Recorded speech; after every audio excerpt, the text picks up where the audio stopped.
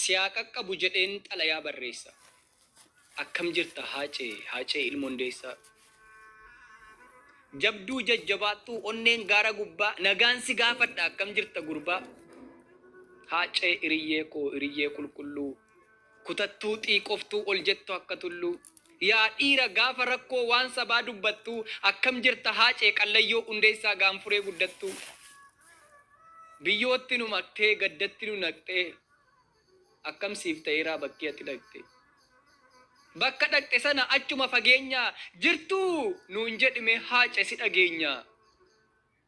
Otoo atalbee hojjennaan CD kee eebbisuuf guyyaa gaarii eenna. Ati duute awwaalamnaan siidaa kee eebbisuuf yoom herregnee beenna.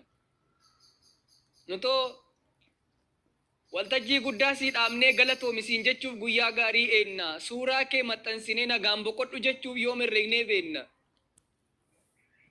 Mee maaltu maal ta'e takkaadhuma ol jettee nutti hin dubbattu. Qallayyoo hundeessaa gaanfuree guddattu. Warra gara jabinaan uummatatti jaallatturraa jiidhaatti si mure. Gaafas eenyufaa argite eenyufaatu ture. Afaan kee dubbatu. Wajjin teessee haasoftee wajjin nyaattee dhugdee kan beektu keessaati. Moo kanit hin beekne fuula keessummaa fi fuula bineensaati. Dhoksaa si dhaqattee dhoksaatti si dhootee eenyu fa'i haacee warra akkas si goote. Aarsaa godhamuun kee silaa kee kan dhabu. Maal balleessite immoo siin jedhan waan sitti man qabu. Kanatti hojjette kanatti dubbatte kan biyyi dhagaye. Dubbii keessa kamtu murtoo kana hin gahe. Kan durii kan ammaa kan gamaaf gamanaa. Dubbii dhumtadhaa'ee aarsaa si taasise kamiree namana. Meenutti mi haacee qixxee kuma. Maal ture ree jechi kee inni gaafas galgala inni gaafa dhuma. Qarqara duwaarraa gaafa nagaa dhaamte. Maal faa dubbatte yaa eenyu koo jette eenyuun maqaa waamte. Guddattuu koo jettee laata kan deesseesi guddifte guddattoodha qalbii. Moo faantuu waammatte haadha ijoollee keetii haadha milkiif wabii.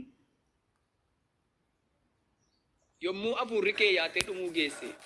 Oromoof Oromiyaaf kaawwa maalii keesse. Iddoo dhokataa sana wallaansoo du'aatiin gaafa ciiftee aaddu fedhii kee dhaamteettaa maal akka barbaaddu. Moo hidhii ciniinnattee seenaas jayyaadattee akkuma kee durii duwatti dhaadatte. Akkan hin yaadinitti bakka hin yaadinitti duubaan natti